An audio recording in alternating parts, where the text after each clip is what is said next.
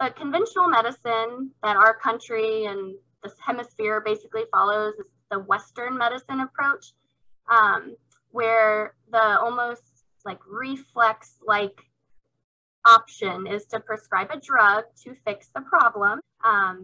Like myself and a lot of my colleagues, even though we are pharmacists and people think that is, you know, that's our thing, like we're all about the drugs, that's really not true.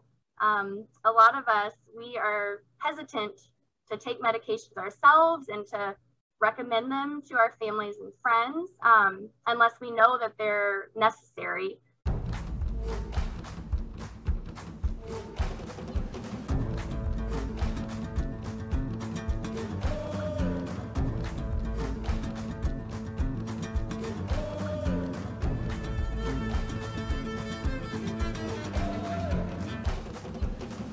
Welcome to The Gut Check, Nutrition and Gut Health for Active People, a podcast where we are talking functional nutrition for functional fitness and a functional you. Remember, if your gut is not functioning optimally, you are not functioning optimally. I am your host, registered dietitian and nutritionist, and OCR fan, Kate Klein. You can connect with me on Facebook at The Dublin Dietitian, or go to my website for additional resources, services, and the video recorded versions of these episodes at www.dublindietitian.com. That's DUBLINDIETITIAN. As a standard disclaimer, the information provided here is for educational purposes only. While I strive to provide accurate and helpful information to my listeners and viewers, I cannot take into account individualized circumstances. This is not a substitute for personalized nutrition, health, and medical advice from a health professional. If you are ready to get your personalized plan, you can go to DublinDietitian.com and schedule a complimentary strategy session to get a game plan in place for you to hit your health and fitness goals. So let's get to it. A lot of people are starting to learn and realize that taking antibiotics really disrupts your gut microbiome and has a ripple effect of problems down the road. But did you know that there are additional medicines that cause GI problems and microbiome issues? Or did you know that more than half of the people on PPI acid reducers probably shouldn't be and are taking them without the actual clinical need for them? Or if someone does take it, that it's not supposed to be for more than 8 weeks maximum. In an older episode, I shared the risks of treating supplements like candy, that there's a lot of problems with that can occur. And medications are no different. In fact, they probably come with even more risks. But we have become a society that doesn't really balk at the massive side effect list that come with most safe-seeming prescription drugs. We have normalized the idea of prescription cascades, where you're prescribing one medication for another side effect and then another for that side effect and another and another and another. And it creates this vicious cycle. And this is a topic that is critical to look at because 70% of adults are on some sort of prescription medication. Licensed pharmacist Victoria Shea Swick is having a really open and candid conversation with us today about the good, the bad, and the ugly of the medicine world. Medicines should be used when it's appropriate, but they should be used mindfully and with an understanding of the power that they have, good and bad and ugly. So you should feel empowered to understand these foreign substances that you are putting in your body and the risks that are at stake, and understanding the limitations that doctors sometimes have in their ability to fully vet multiple medications, especially if you're seeing multiple specialists and they're not always talking. In this podcast episode, we're talking about a variety of things, including the drugs that can negatively affect gut health, flora, and nutrient status, long-term problems that come from chronic PPI use, the difference in brand name versus generic prescriptions, gluten and corn and how often they might be found in medications, how much attention do you need to pay to those extensive side effect possibilities, Polypharmacy and the prescription cascade, a new push for de-prescribing, which is great, medications that can inhibit your weight goals, how pharmacists can help you understand your medications and options, and the common medications athletes use that can cause GI damage.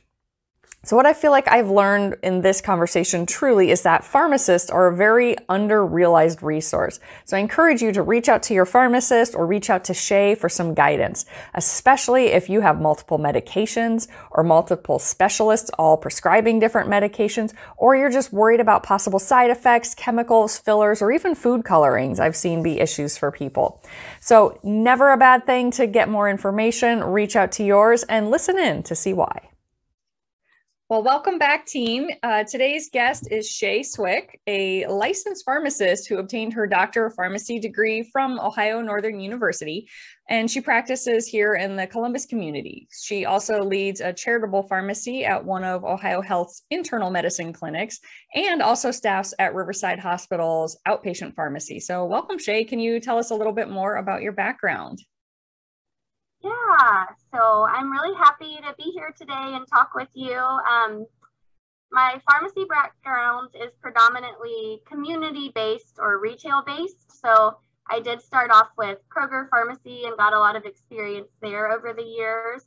In addition to the normal dispensing of medications, in my former role, we did a lot of vaccinations, so like all CDC recommended vaccines, and it was more on the innovative side where we were able to do point of care testing as pharmacists, and we even offered a service, it was called grocery store tours, where certain pharmacists would lead tours throughout the Kroger store.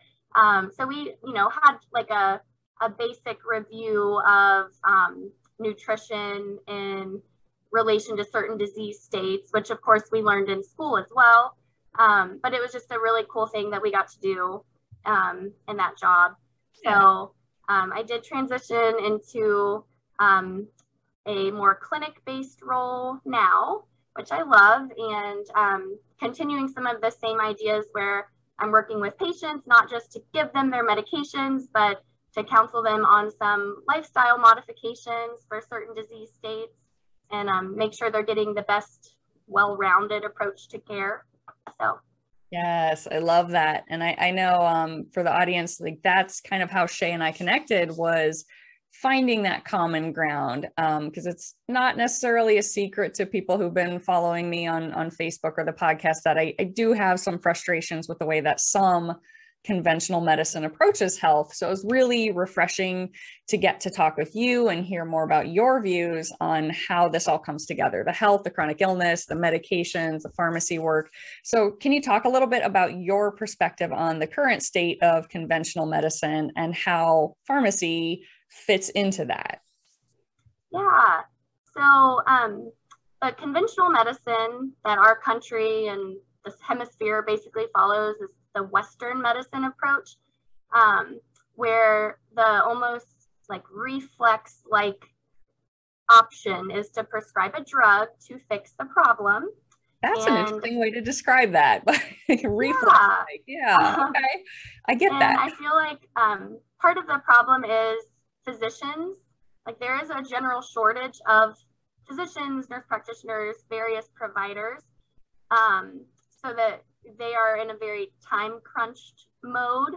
So they're trying to see a lot of patients in a shorter amount of time, and the expectations of them to see the patient, chart the visit, submit it for billing, all of these things, they have like 15, 20 minutes sometimes.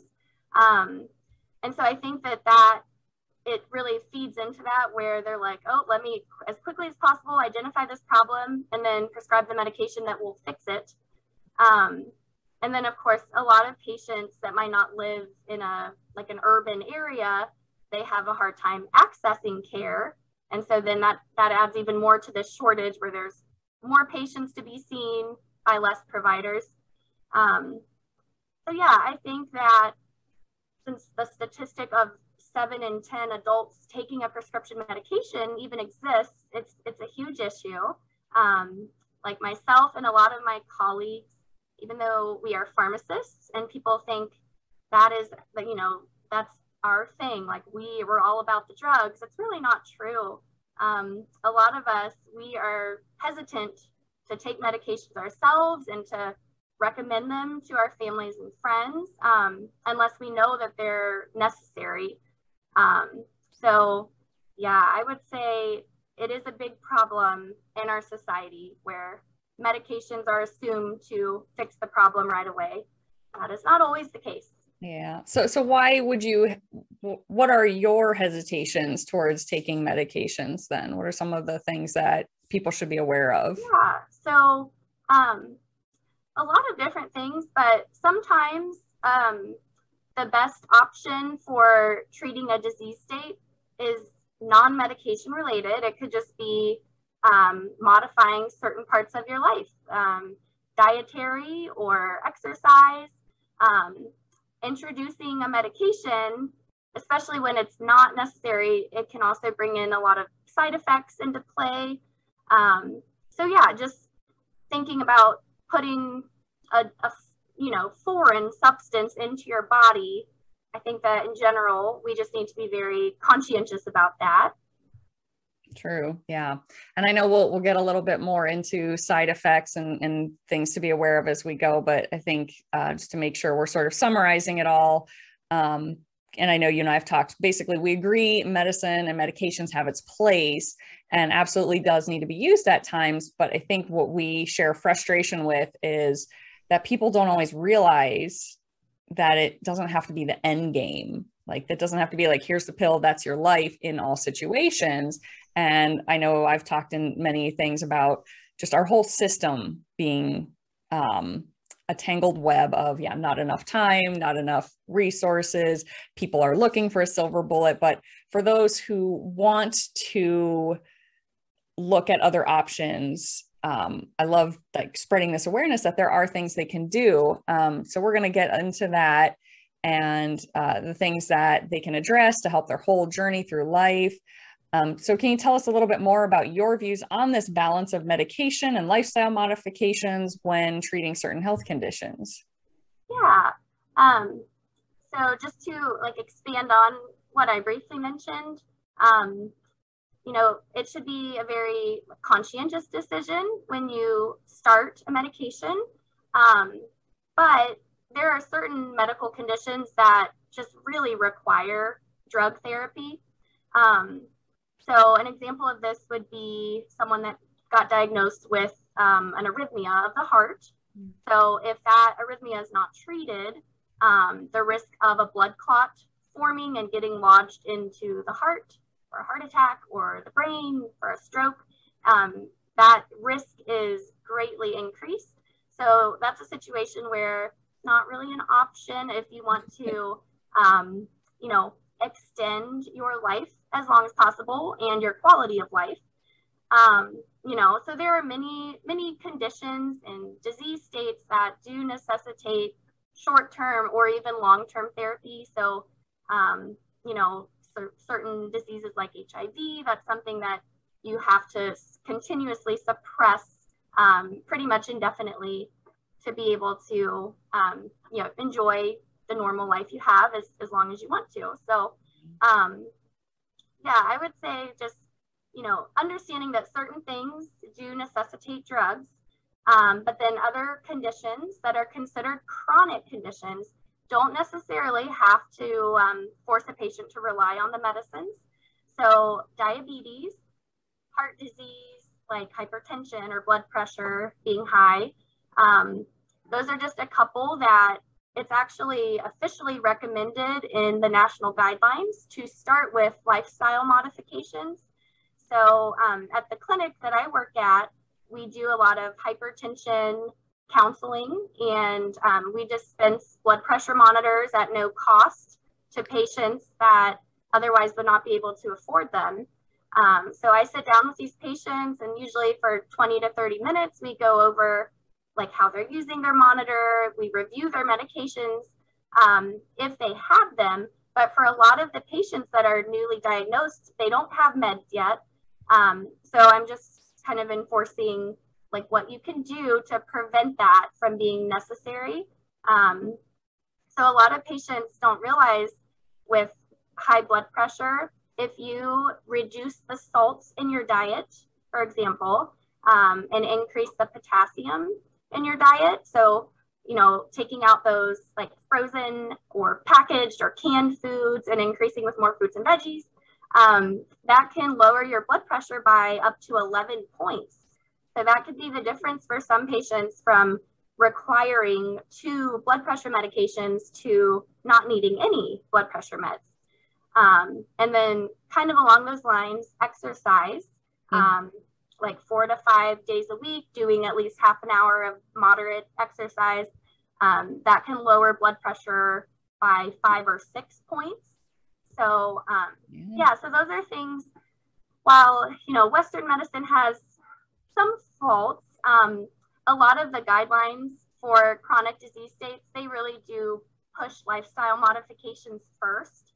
So it's just a matter of providers implementing that and realizing how very important that is. Yeah, I'm trying to find the time for that. Now, that's really cool that you do that. Is that something that's just your clinic that offers that, or is that something most pharmacists are willing to do if people reach out to their pharmacists? Yeah, in the clinic settings, which most, at least here in Ohio, in Central Ohio, most clinics do have pharmacists in their outpatient setting, so like your typical doctor's office.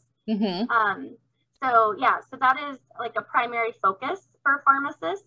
Now, in retail pharmacy, like your traditional chain pharmacies, those pharmacists, they don't quite have as much time to really do that. So I will say, like the grocery-based chain pharmacies, they tend to be a little bit better staffed, and therefore the pharmacist might have more time to sit down with patients and do that type of counseling.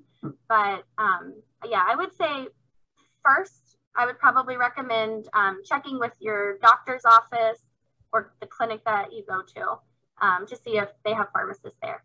Nice. So they can talk to their doctor about dietitians or pharmacists who are usually trained in these similar things. Very cool. Now, so gut health is at the core, kind of tangenting here, the core of this podcast. It's a lot of what I do. So are there anything people should be aware of when it comes to medications that can negatively impact gut health in general? Yeah, definitely. I think it's common knowledge that certain medications cause GI side effects. So abdominal pain, cramping, diarrhea, things like that. But I do think it's important that patients realize, like on the deeper level, under the surface, what's going on. And I would definitely be preaching to the choir if I went in depth here. But since medications can really change the natural flora in the gut, the microbiome, that disruption where the good bacteria can be wiped out, that makes way for the negative pathogenic bacteria to overgrow. So a lot of issues can come into play there. Yeah. So most of us are familiar with antibiotics causing that problem. And that's, I would say in general, that's the most common class to cause that type of issue. But even like other medications that people take on a daily basis, like metformin, certain acid reducers for the stomach. There are a lot of other medications that can cause that issue. So I think just understanding what medications can cause that and, what the long-term implications can be is important. Yeah. So are there other ones? You mentioned the metformin and the PPIs. Are there other common GI disruptors? Yeah. So in addition to metformin, a very common class that has recently been shown to affect the microbiome are just opioid medications. And a lot of people do have GI side effects with like narcotics, so your Norco, oxycodone, things like that.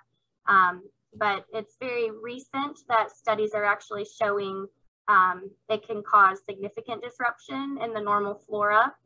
So honestly, I didn't even realize that until I started doing some research that yes, it causes that like acute or short-term issue the side effects we expect, but it can have a more long-term effect as well.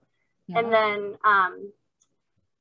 in addition, laxatives. So that seems like an obvious one we should expect, but Miralax, the like polyethylene glycol powder, if you get it generically, that also, especially with long-term use, it can really wipe out that good bacteria, and then it allows an opportunity for the pathogenic bacteria to overgrow. Do that, yeah. Wow. So are there things beyond like healthy foods, good fiber foods, prebiotic type foods, and like a good probiotic type thing that you would recommend to help balance this, or is it very kind of depends on the medication and what it's doing? So I would say for patients just to be cognizant of not only the short-term GI intestinal side effects, but the potential long-term effects of those types of medications. So maybe, when you get a sinus infection, even though it's very uncomfortable and you don't want to deal with it for 10 to 14 days, maybe it's actually worth not taking that antibiotic regimen, especially, I definitely have patients that it seems like they fill antibiotics like once every month or two for sinus infections. So I really would encourage people to, if it's something that's reasonable that you might be able to use just a little bit of Mucinex or an allergy medication over the counter versus an antibiotic, just think twice about it, because certain antibiotics like amoxicillin, clindamycin is a really big one, and then ciprofloxacin, those three and like their associated classes can really have long-term effects. So even if you stop taking the antibiotic, some of the good bacteria natural in your gut, it won't be back. It's gone. It's wiped out, eradicated. So I would say, patients should definitely just think about that. And, if that drug is as important as it seems like in the moment. But on the topic or there might be a slightly less intense version that could help. Yes. But I can speak to probiotics. Probably the best general probiotic, especially for antibiotic-associated diarrhea, is Culturelle. So it's quite a mouthful with the scientific names, but lactobacillus, and the second name is really important. It starts with an R, but it's rhamnosus. So, if people are looking for a really good, well-rounded probiotic, that one is great. There are capsules, there are packets. You can take 1 to 2 doses a day, and that can really make a difference. Other ones, Align and Flora Store, those are good too. Their efficacy for diarrhea prevention is not quite as high, but still really good. But just in general, those like positive eubacteria, replenishing those is always a good thing. So good strains. Yeah. Okay. Now, a question I've had, so I have worked with a lot of people with like acid reflux and heartburn, and they get put on PPIs for that. But there have been some studies that I've seen that talk about that those were not meant to be used long-term, and yet I've got people on them for like 20 years. Can you talk about that? Are there long-term implications, and what should they be aware of with that? Yeah, sure. So, PPIs are proton pump inhibitors. There is actually evidence that suggests 2/3 of prescribed PPIs have no appropriate indication. So it's important to know that they're just really extremely overused in the first place. And it doesn't help that they're available over the counter, so without a prescription. The main approved indications for them are very severe chronic conditions like erosions in the esophagus, or there's a like hereditary disease where the base of the esophagus is, the tissue doesn't function correctly. So it's almost like permanent reflux. And then there are short-term uses, like in critically ill hospitalized patients, where it's very appropriate. But in general, PPIs are not supposed to be used for more than 8 weeks at a time. But I have so many patients now and in my former roles that have been on them for like 5 years, 10 years without interruption. And you are ideally, after 8 weeks of use, or in some cases, if you've been using the medication and you have 8 weeks of no symptoms, you're supposed to stop the drug and take a break from it. But it just really rarely happens.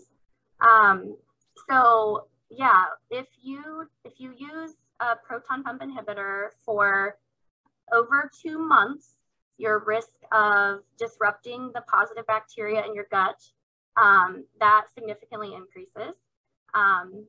So when you get closer to like the 1 to 2 year mark, it can disrupt so much that your risk for, it's called C. diff. So it's a very ugly pathogen that's natural in the gut. But if, certain medications take out the good bacteria, it overgrows. It's a very, very serious form of diarrhea and can put you in the hospital. So your risk of C. diff and various pneumonia infections increases. Also, the PPIs can cause malabsorption of a lot of nutrients. So magnesium, B12, iron, a lot of very important ones, calcium as well. So when you do look at those long-term effects, you can have bone loss and osteoporosis. PPI use long-term has even been linked to dementia and chronic kidney disease. So there are a lot of implications. And as I'm sure your clients know well, when those nutrients are at deficient levels, it can increase so many side effects that it's hard to tell if that's due to a drug or a certain disease state the patient might have. But things like fatigue and dizziness and confusion, headache, GIs, like stomach side effects, those deficiencies can cause that. And then just an interesting note, PPI studied in rodents showed after 2 years of use, there's an increase in cancer risk. So there are no studies that show that in humans, but it's not known because there just aren't studies. So yeah, I think they're underrated in the department of risk, that's for sure. Yeah, so I imagine that's probably one of those in the busy schedule, person goes in, doc, I've got heartburn, PPI gets written. So are there things that we can be aware of, that clients and patients can be aware of, that they should ask their doctor, like, are there alternatives? Like when should a person be put on a PPI versus when should they try a different route? Yes, that's a great question. So if you have acid reflux, you have, heartburn, the first option you would want to try is just kind of the typical Tums over the counter, Pepto-Bismol. Those are the just very like acute needs to help you in that moment, and you use it as needed. If you have consistent reflux, so you're having some symptoms like every single week, you would start with Pepcid, or something like that. So those are, it's called H2 antagonists, receptor antagonists. So those help reduce the acid that's already in your stomach, and therefore reduce your reflux symptoms. So over-the-counter Pepcid or Zantac, medications like that, that is typically safe to try on your own. But the proton pump inhibitors like Prilosec or Nexium, those are really not supposed to be used unless you're having serious reflux, like every day of the week. If you're having that, then you get prescribed a course of about 8 weeks. And then the doctor would look to see if your symptoms have improved. If they haven't, they might continue that. But yeah, usually it's really supposed to be short term. Okay, yeah, and quick plug to people listening.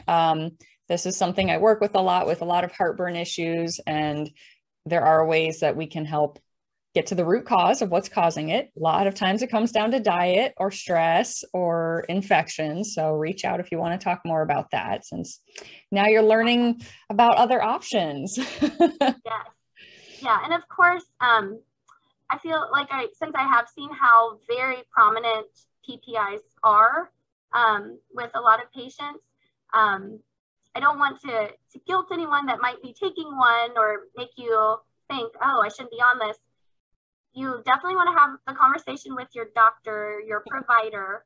But yeah, I think it is worth mentioning. And I think that, like we were talking about physicians and providers being so busy, that, it's hard for them to devote significant time to every single problem. So maybe that's something as the patient that you go ahead and bring up to them and have that discussion, even if you have to initiate it.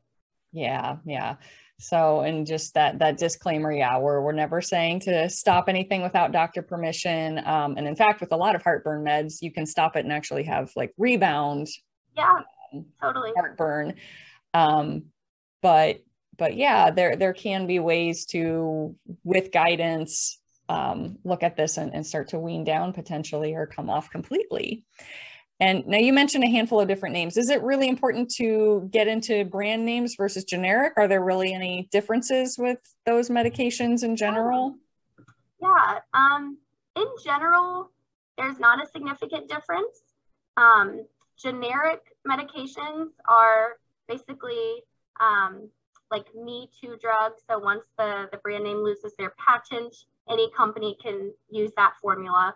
Generics are required to be the same active ingredient or medication. The difference is typically the inactive ingredients, so the fillers that might make up the physical capsule or tablet or suspension or whatnot. So, in general, I do recommend generics, but there could be situations with certain medications that might have what we call a narrow therapeutic index, where the smallest difference in the availability of the drug in a patient's bloodstream. So once it's absorbed, the smallest difference could make an impact. So examples of that would be thyroid medications, arrhythmia drugs for the heart, seizure medications, among others. But in those situations, I definitely have had patients in the past that try the generic and they don't do well with it. Their labs, if we do like thyroid labs, 2 months later, it's not as effective for them. So yeah, patients should make sure you don't feel like you're crazy or, making things up because we believe you. Sometimes generics don't work well for everybody. You also might have an allergy to an inactive ingredient from one brand to another or to the generic. So yeah, those are just things to keep in mind. Obviously, the cost is huge. You might pay $500 for the brand name blood pressure med and then $5 for the generic. But yeah, beyond that, just looking at the inactive ingredients and making sure you tolerate that well. Yeah. Do you know what kind of inactive ingredients tend to be used for making different things and helping with all of that? Yeah, so certain like gelatin in capsules, that's a very common filler that some people, for religious reasons or maybe just allergy history, they can't have gelatin. Okay. So we'll work to find them alternatives, different dosage forms that don't have that. So that's definitely an example. Okay. Yeah. I know.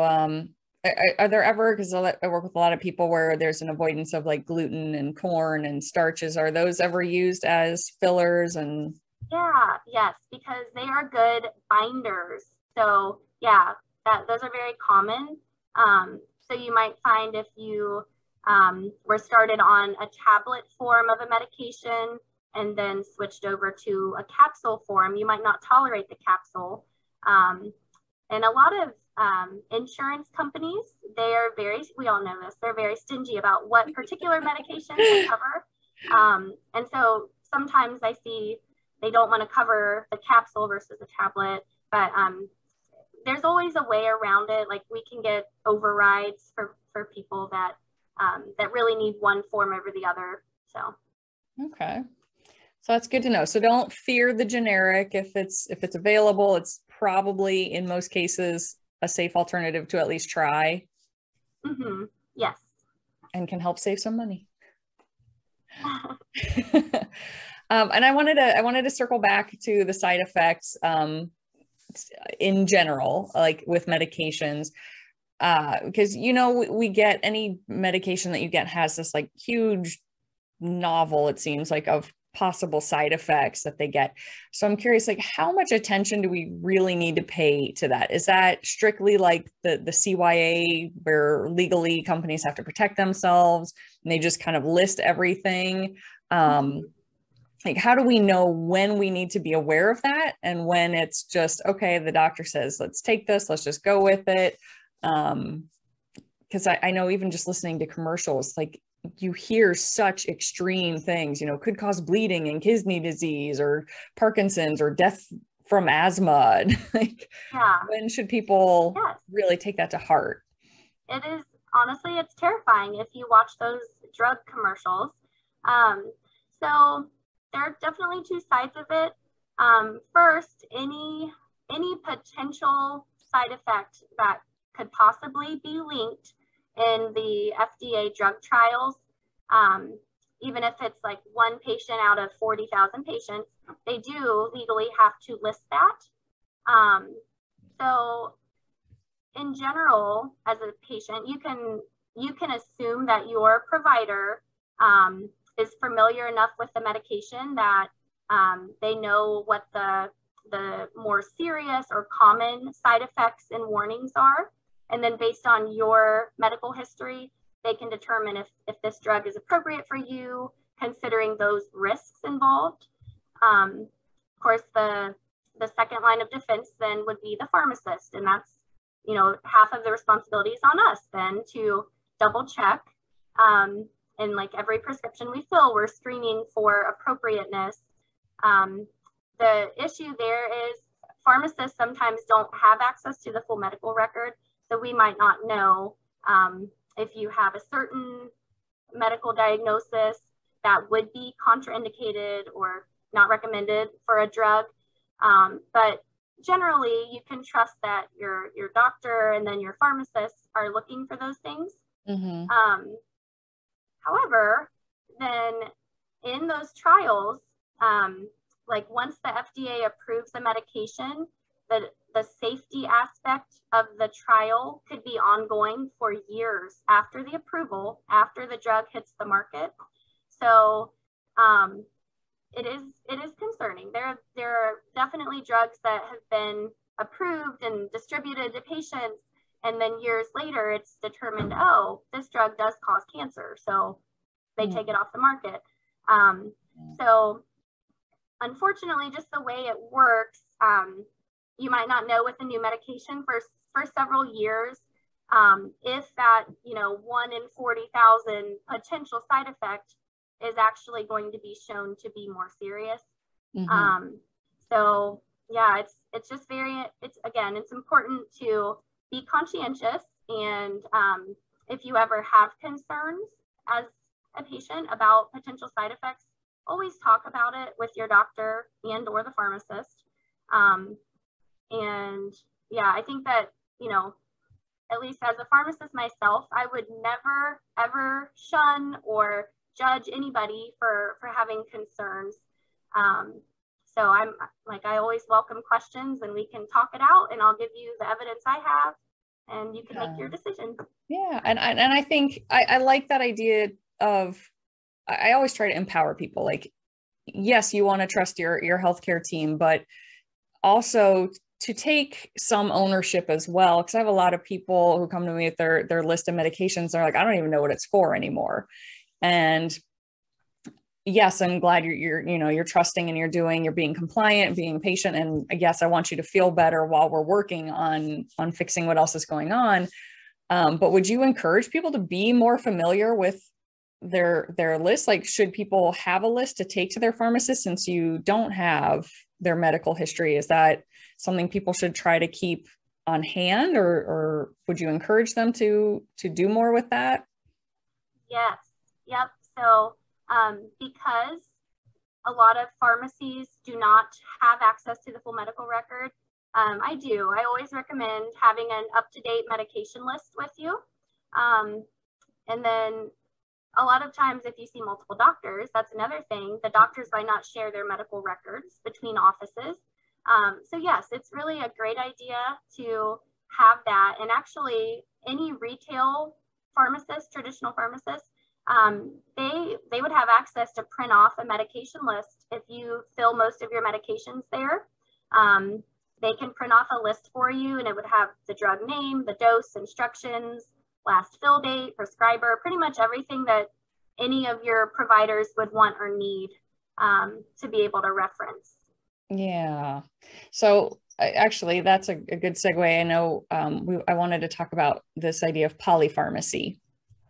So, there's memes and there's jokes like, well, I take an antidepressant for the heartburn medication that I take, and that has created the arthritis, and I'm on an arthritis med. And again, we see, and I see this a lot where I've got people on all these different medications from all these different specialists.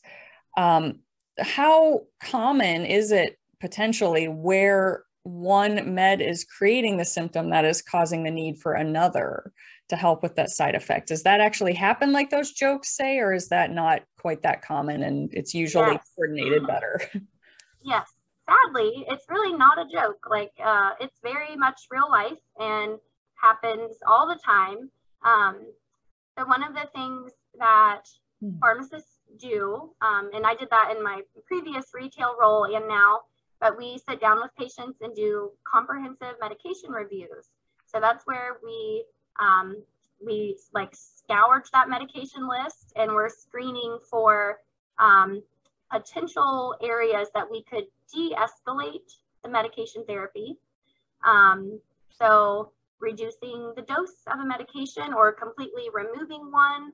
Honestly, like I've probably done hundreds of these med reviews or CMRs, and half of them, I would say about, I'll find a duplicate medication. So something that's being used to treat the same disease state or condition.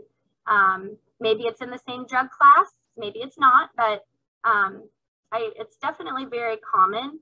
And so, but one of the things that we do look at when we check the med list is if one medication could potentially be causing the reason for treatment with another medication. So yeah, it's very common.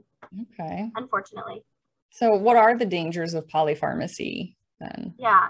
And I guess like in just the most simple definition, polypharmacy is 5 or more medications, which adults over 40, that's like 60% of the population. So quite a high number. But when you do have these medications, especially from multiple providers, from different practices, they don't see the same things, and they might not know that another provider is treating a condition or how they're treating that condition. Yeah, you can start to get this cascade. It's called the prescribing cascade, where you just keep adding a new drug for a certain ailment, and then it extrapolates, and it's just a vicious cycle. So yeah, I would say, as patients, we would just want to make sure that we do have the updated medication list, and be aware that some of the common side effects of medications, which would be GI related, stomach issues, or kind of like mind related. So like confusion, drowsiness, mental fog, dizziness, things like that. Those are oftentimes going to be side effects of a multitude of drugs. So yeah, just, keeping that in mind, and don't be afraid to talk to your pharmacist, your doctor, whoever you can access the easiest. Just share your concerns and we can try to help you get through that and see where we could eliminate things.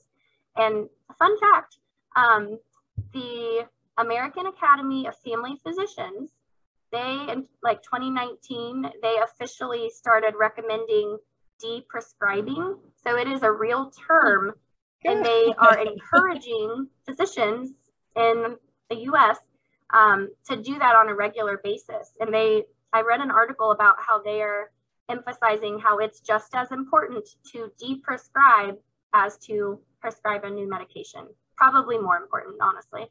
Nice. So, okay. I don't think that it has gained a lot of traction yet, sadly, but that's the goal. And that is a great goal. And I've talked to several people, heard from a doctor and a research person where they said it on average takes 17 years for information to get from like proven in the research journals to actual like daily routine practice in the medical field.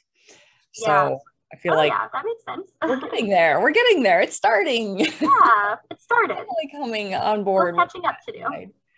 But I guess with that, so if people are on all these multiple medications, and it is possible that they're causing the general, like the GI, the headache, the confusion, the fatigue.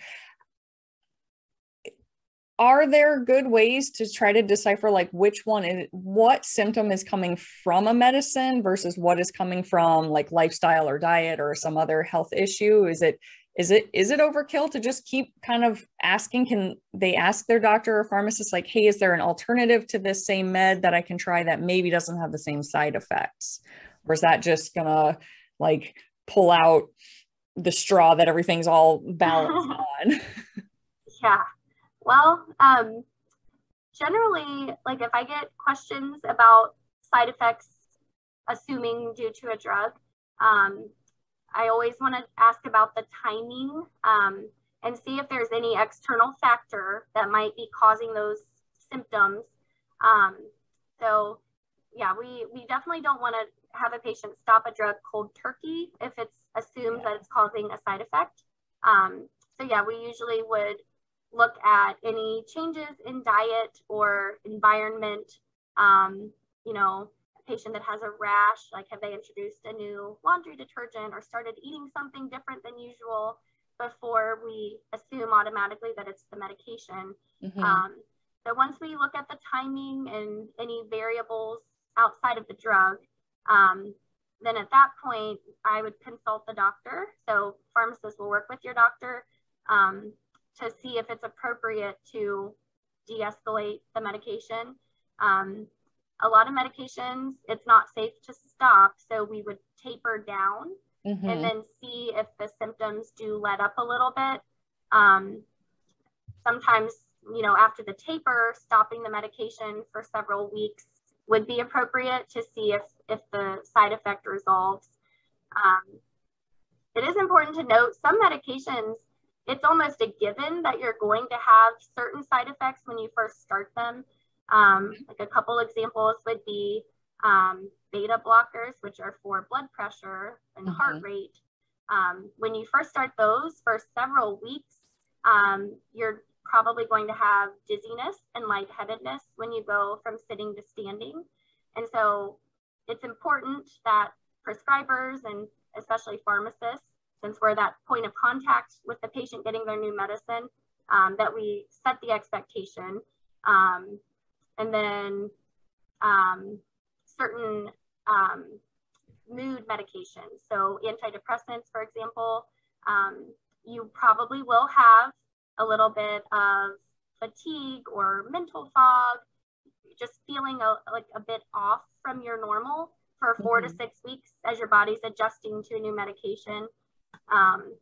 So certain drugs, you got to give it that introductory period to see if it's going to be effective and make sure that those initial symptoms do resolve. But yeah, we try to identify those external factors potentially, and then talk to the doctor about de-escalating. Pharmacists, we have access to, of course, the databases with all of the official FDA trial information. So for people that do have questions about side effects, we can give you the exact numbers, like, oh, 1.5% of patients had this particular side effect. So as obscure of a side effect as you think it might be, most likely we will be able to find it and at least give you an idea of how realistic it might be, that you're experiencing that due to the drug. And then we have resources like for older patients, you know, that might not be appropriate to prescribe certain meds. We have all these different resources that we can narrow down what the best option would be for the patient. Nice. So I would say pharmacists sound like a very underutilized resource in understanding our own health conditions. Yeah, fitting in with the whole care team. Yeah. Yes. Take advantage of your pharmacist. It sounds like. Oh, yeah. I guess kind of a tangent question that just came to mind, because I do see this a lot too. I have people who, while we're working on whatever their symptoms are and whatever's going on, weight loss is just such a common desire as well. Are there certain medications that can stall out weight loss or make it more difficult, or we see weight gain? I think most people know steroids, but are there some other things that can cause that to be problematic that people should be aware of? Yeah. So as far as causing weight gain, yeah, steroids are certainly a very heavy hitter there. There are some medications for diabetes that can cause weight gain, and then some that can accelerate weight loss. So just, you know, point of interest, there are some like Ozempic and Wegovy, which are injectable medications. Wegovy actually is indicated for specifically weight loss. But yeah, it is very interesting how drugs interact and interplay with the endocrine system. So I would say, yeah, I mean, if you feel like you're having an extra hard time losing weight, yeah, definitely ask your pharmacist, hey, do any of these cause weight gain or make it harder to lose weight? And yeah, it's very common. Okay. Yeah. Obviously there's a lot of factors that can come into play, but that is another one to keep in mind for people struggling. So I work with a lot of GI issues, but I also work with a lot of people with migraines and joint pain issues. Is there anything that you think is kind of an interesting factoid about their medications or things they should be aware of as well with what they're going through? Yeah. Well, on the topic of migraines, the medications we discussed earlier that can really disrupt the microbiome in the gut, there are a couple recent studies that show that disruption can even be linked to migraines. So it's very new, but just another unfortunate cascade effect of, you know, the medications that disrupt the normal flora. But I would say as far as migraine medications, a lot of the most common medications, like the ones that have been around the longest, like your sumatriptan, for example, most patients, they don't respond to that, or they might respond to it for a brief time and then they become refractory to that treatment. So a lot of my patients with migraines, we just see them continuously building up to you know, a stronger, a newer medication, and those are typically very expensive. So something to keep in mind, if you do have a brand name migraine medication or any brand name medication, a lot of times if you just Google the name of the drug, the manufacturer's website will come up. And if you have commercial insurance, you can probably get a $10 copay card. And usually those $10 per month cards are good for a year. And then you just renew it after that year. So as long as you don't have a government assisted plan, the drug companies will actually help you out. So that's something to keep in mind. Oh yeah, thank you. Definitely. I did not know that. So very cool. And if people were looking for more information to learn about medications or side effects or lifestyle, do you have like a favorite book or podcast or any resources that you'd recommend? Yeah. So when I was working for Kroger, I had briefly been introduced to this book, Food as Medicine Every Day. Oh. And I actually just ordered it recently so I could go back through it and actually like dive into it. Just because my husband and I were trying to start to be healthier and for our kids' sake too. But I really like the book because it's not a diet book, but the authors, they're two naturopathic doctors. They really like provoke a lot of thought about those, you know, somewhat simple changes, honestly, that you can make pertaining to diet versus, you know, eventually having to rely on drugs to help your body out. So I really like that book. You can get it on Amazon, about $32. Cool. And then as far as a drug resource for patients, there is a drug interaction checker. It's through UC San Diego Health. So if you just type in UC San Diego drug interaction, it does drug interactions between medications and over-the-counters and supplements.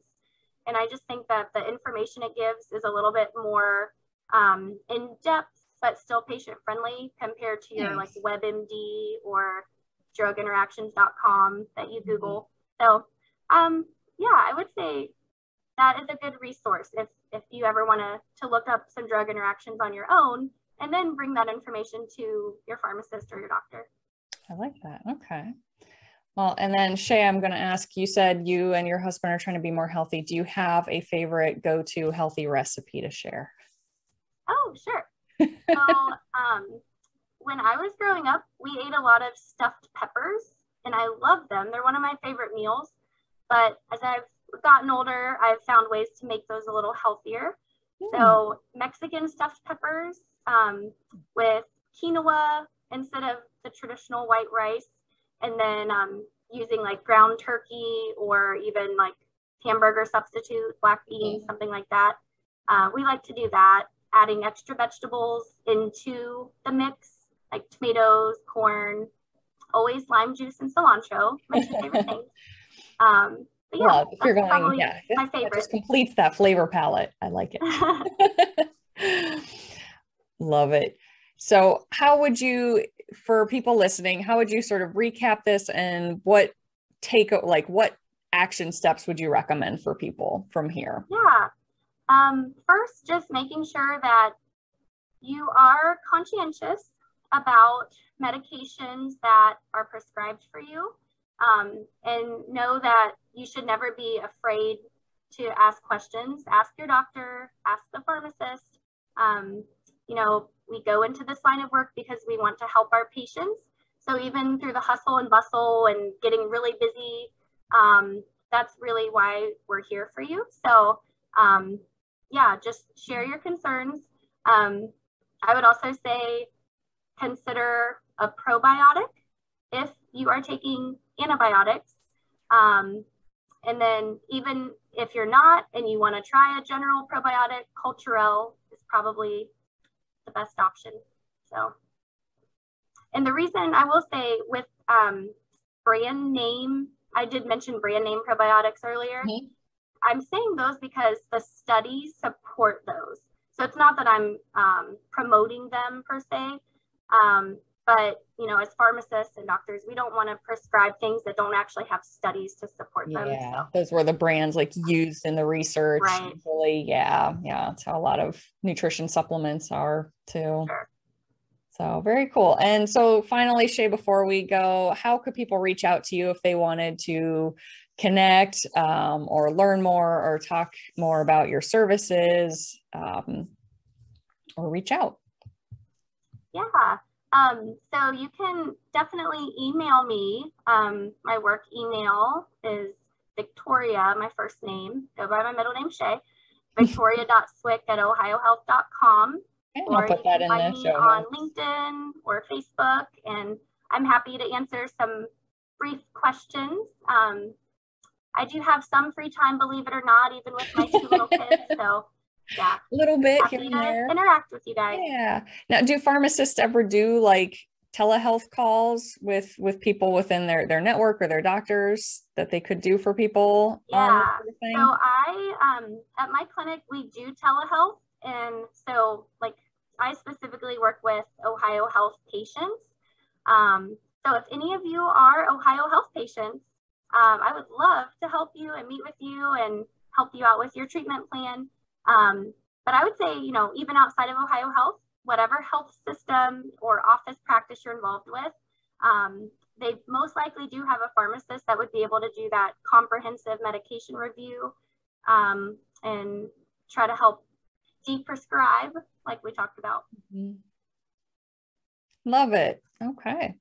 So yeah, a lot of great resources, guys. Like seriously, like take control of your health, be involved in the whole healthcare plan with your doctor, with your team. And now know that you can also rely on your pharmacist for another wonderful grounding support with that.